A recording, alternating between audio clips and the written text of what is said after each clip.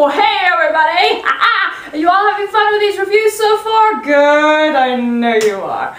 Okay, so far in these videos we have seen misunderstood creatures, aliens, ghosts, skeletons, Christmas, Halloween, all of it, worst directors. It's all fun and games. But now we come to this movie. A very personal movie of our beloved director, and also a very emotional story. In fact, this film is so big that it has so much fairy tale elements. It has wolves, witches, mermaids, everything. If you want a story of love, family, adventure, fantasy, coming of age story, this is the one for you. In fact, this film is as big as life itself. So, ladies and gentlemen, viewers at home, I give you Tim Burton's 2003 film, Big Fish.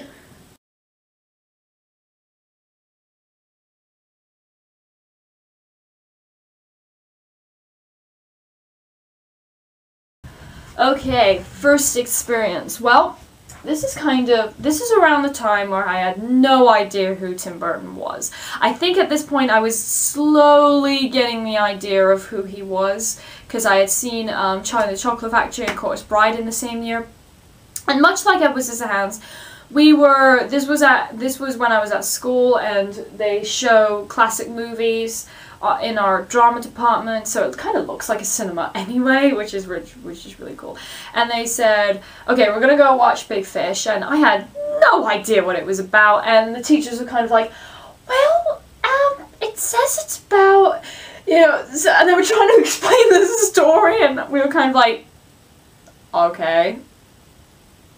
You know, so we sat down, you know, I was open-minded and everything, and so, this was before the bad years hit me, but anyway, so I was open-minded, and sat down with my friends. Like, this was pretty much like all of the boarding house. There wasn't that many of us, but anyway, and wow, I became such a child during that. Not like in a childish way, but like sort of absolutely like like I was watching like a fairy tale. Well, it kind of is in a certain way. Well, the stories are anyway, but you know.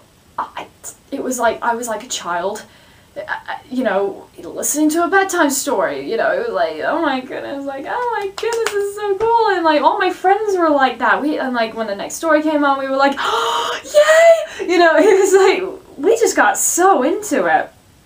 And then when the ending hit, like, and this is something that was quite big, back then, I never cried at a movie. I never cried at Forrest Gump, never cried at Titanic, never cried at whatever sad movies there are. It's too many to think of. Basically, I never cried at movies. Never, ever, ever. And this was the film that got to me.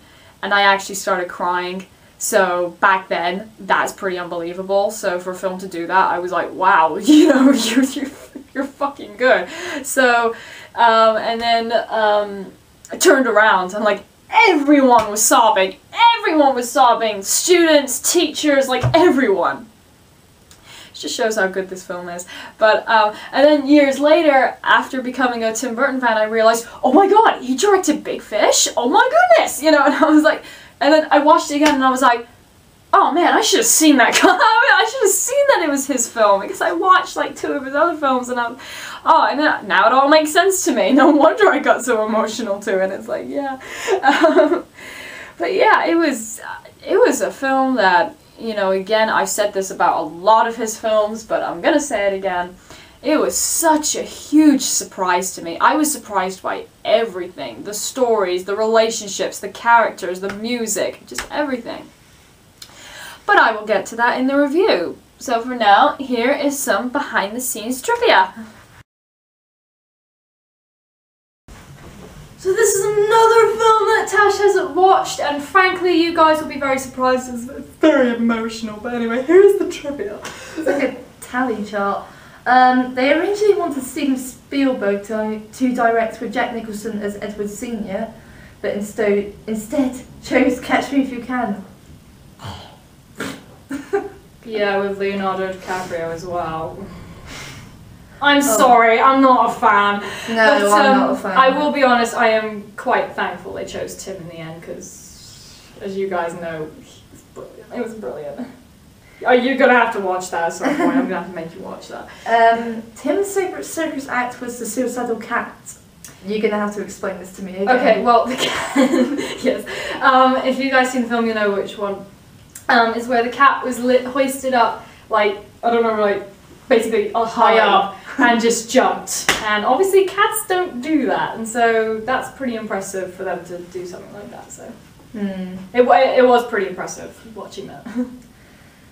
Matthew McGorry, who plays Carl the Giant, is ironically afraid of heights. And he has a Guinness World Record, well, he had a Guinness World Record of the largest feet, so shoes had to be specially made for him. But he was a very nice character. Do you know I liked how him. big they are? Because I don't. I can't remember, but quite. Probably like size 30, or if that's even possible. A tornado watch was issued and the circus flooded and interrupted the filming for several weeks. Wow. Yes, the circus one. I think the circus story and how Edward fell in love with Sandra, I think that was probably my favourite of the flashbacks, but you have no idea what I'm talking about, but Nope. But it has Danny DeVito in it as the ringleader, and he was very good. He was very good. I can see that. Yeah, I know. I know.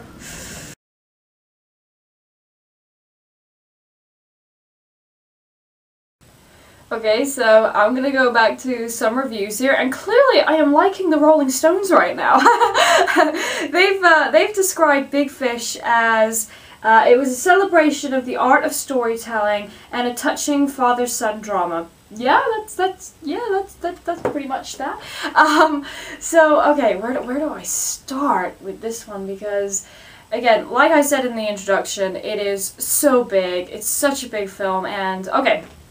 Well, I think, okay, so I'm going to go back to, with my first experience and what I thought, this is because I didn't know what kind of film I was going into, and I was like, okay, so this is going to be a father-son relationship movie, okay, that's great, and, you know, but then it suddenly went on to Edward's stories. And like I was like acting like a kid, you know, like sort of at bedtime stories. Tell me more, or like when I asked my grandparents for stories about their life, and they just go on and on and on. They don't exaggerate as much as Edward does, but you know, sometimes I do sit there and I'm kind of going, yeah, that's not entirely true, but that's pretty much what memories are, and I think, to be honest, this film, and this is what I said in my first experience, yeah, is that this film, pretty much like a lot of fairy tales do, and I think this sort of connects with Edward Scissorhands in a way, is that emotion really operates this story, or at least Edward's stories. It's like, you know, it's one of those things where we don't really want to know the reality part, we want to know what the emotions felt. So the best example I can think of is when he first sees Sandra at the circus, and he says that memorable quote where they say, when you meet the love of your lifetime stops, and that's true.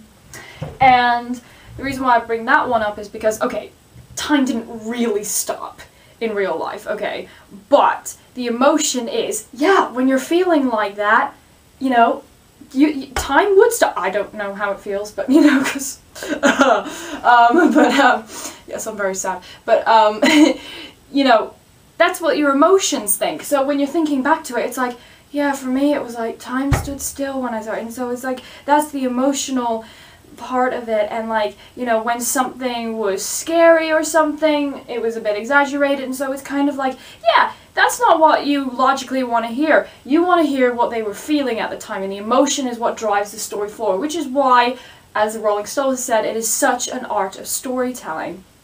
Each story was just so entertaining to me, and I wanted to know more and more and more. So when it got to the story, so when Edward starts to tell a story, there was me, like, you know, acting like a kid. You know, I was just like, yay, another story! I can't wait to see where this goes. And it's just like, oh god, I was such a child that night. But you know, that's what I love about it. And I think everyone else, like, I remember you know, obviously being at school, I saw it with a lot of my friends, and they were like really excited. They were like, you know, and because we were at an all-girls school, we were all kind of sappy over the love story. We were like, oh, you know, because it's like, yeah, we would love to see a guy give us so many daffodils. For me, it would be tulips or lilies, because those are my favorite, but at the same time, it's like, oh, you know, we just go, I go crazy over that scene. Even as I'm older, I'm just like, I don't care. That's what my emotions want me to see. I want to see that. But, you know, at the same time, when it goes back to reality and it goes back to the present day, I'm still not like, oh, we really have to go back there. No, I am interested. I am interested in the father and son relationship as well, because parents and children are an odd thing. You know, it's a relationship that pretty much everyone knows about, or something, relationship with family, that's probably the best way to explain it. Even though I don't have children, I have parents, obviously, so it's like, otherwise why would I be here? But, you know, and I'm like, so we always have, it's a strange relationship, because sometimes they just annoy you so much, and, you know, they don't really, and you sort of get the idea like, oh my god, you just don't get me, and then other days, you know, you're socializing like mad and you just love each other, but at the same time, at the end of the day, you always know that they're still family, they're still parents, and it's like, they do mean something. Absolutely. So, like, you know, after all, you know, our fights and stuff, I still love my mom at the end of the day, I still love my dad at the end of the day, and, you know, we're all fine. So this is something where, again, like Edward Scissorhands, this is something that everyone connects to, because we've all got that relationship that we're familiar with, and so at the same time, like, you know, I'm thinking, you know, you're probably thinking, like, you know, from my, you know, such interest in Edward's story, you would think I like Edward more than Will. No, I think Will is a great character, and I can see from his side, they didn't make him like a sort of, oh my, you know, they could have easily made him quite a jerk, but they didn't. You could kind of see where he was coming from by not knowing who he really was. The fact that he always thinks that his dad is sort of, you know, sticking to the past, and it's like, well, what's wrong with your life? No, well, was it something to do with me or something like that? So there's that kind of confusion where, you know, it's, well, I don't really know who you are, and it's, you know, that's fine. In fact, I really understood that. And so, and like, especially, you know, the fact that Edward is, in the present day, I'm not spoiling anything, he is dying.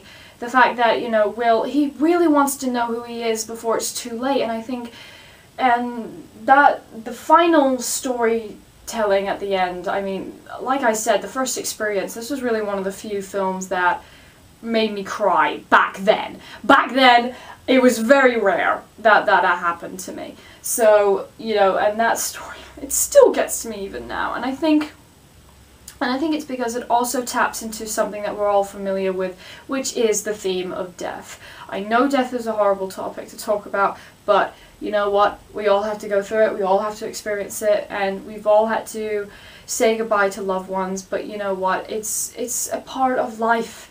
And, you know, I think, again, this is why it connects to everyone, because we all go through it. Whether, you know, no matter who the person is, no matter what our relationship it is with them, we still have the kind of same emotions towards it. And I think, but at the same time, the film doesn't talk about death in a big detail, it talks about life. And usually, you know, if someone closest to me, you know, passes away, you know, I don't usually think about their death. I usually think about, you know what, they had a great life, we're going to just celebrate that they had a great life, and they had good people around them, and, you know, do it for the other people who may have been closer to them. So, like, when my grandfather passed away, I was, obviously, I was very upset, but at the same time I was looking out for my dad because it was his father, and so, and actually, you know what? Actually, this story, I think I remember watching this film sort of around that time, and it's sort of, you know, and even, and well, it made me cry even harder, but at the same time, I don't regret watching it. I was like, oh, I shouldn't have watched it around this time. No, I wanted to watch it, and I, you know, it was kind of, because those feelings were there, and it's nice to know that, you know, everyone understands what that feeling is. Because I had, like, because the film was pretty much, you know, very connected to Tim, the story connected to Tim, because around that time his father had passed away, and so it was sort of that idea of that sort of kind of awkward relationship you have with your parents, but then finding out a little bit more and you're thinking, you know what, I am like my parents, I am like them a bit, and I do love them a lot, and I always will, and that sort of thing. And also, you know, during filming he found out that he was going to be a parent as well, so, you know, so I think this film was pretty much made at the right time, and, you know, because I don't think the feelings would have been, it's like, you know, for example, the stories that I write, I never write a story where the main character is a parent. I never write about that. Why? Because I'm not a mother. I don't have children. I have no idea what the feeling is to be a parent. No idea. Why would I write about it? It's not my territory. So, you know, it's like that. I always write about or sort of themes where I'm familiar with, you know, and it's sort of, you know, that. So, for example, when I left school, I wrote about a character who was kind of, you know, deciding what to do with his life, and, you know, I'm going off track here, but yeah. So it's like, yeah, certain things.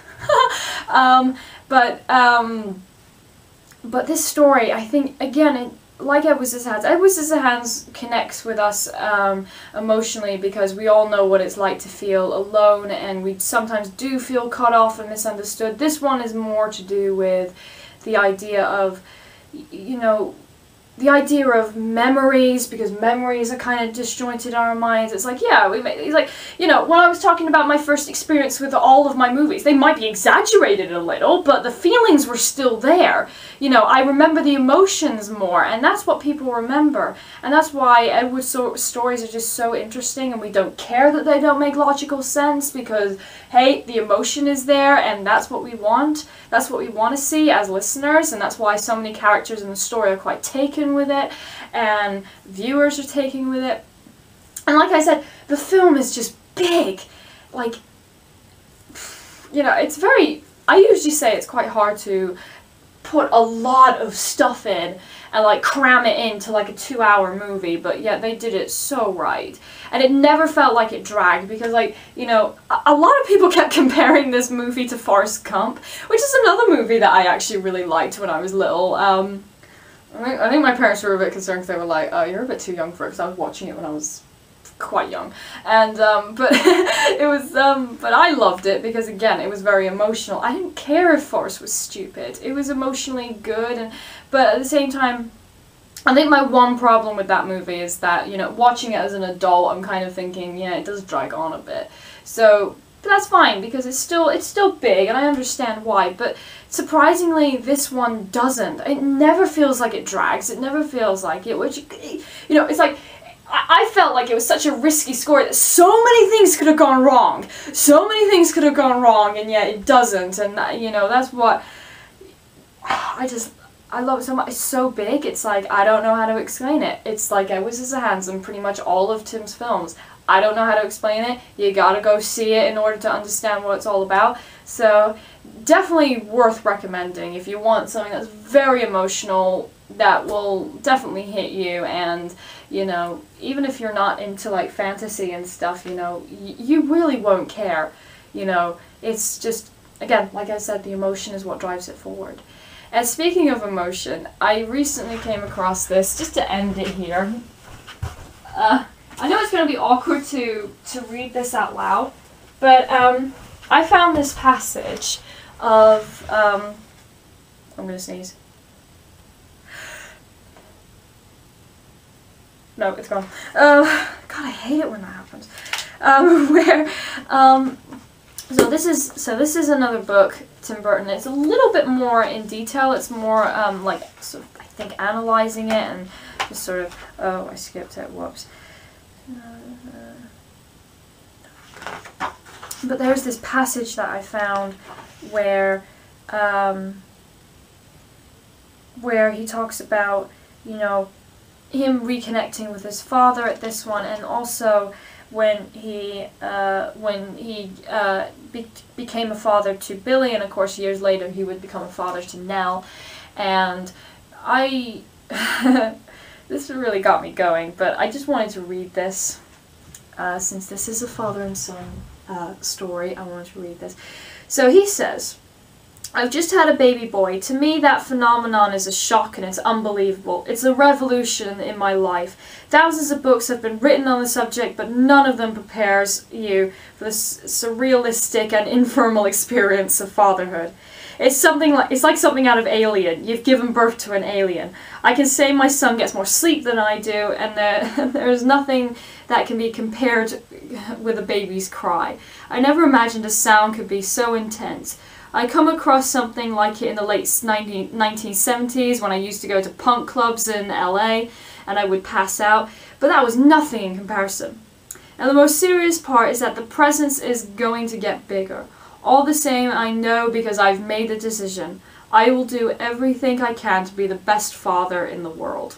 I thought that was kind of worth sharing because that really got to me, and you know, I think it kind of got to me because, like, every time I see Tim in an interview, and if they bring up his kids, I don't know, he just really gets happy, and I think he's a wonderful father. Even if his relationship didn't go all to plan, but, you know, at the same time, I think the most important thing is that he's still parenting his children, and he is. And I still see that he still really loves them, and that I get quite emotional about that, so I just wanted to share that with you. But definitely watch this film for all film lovers. Definitely, it is definitely. Personally, I think it's very underrated, but you know, people who have seen the film, they say, yeah, it's fantastic, and yeah, it is. Bye everyone, and I will see you in the next review.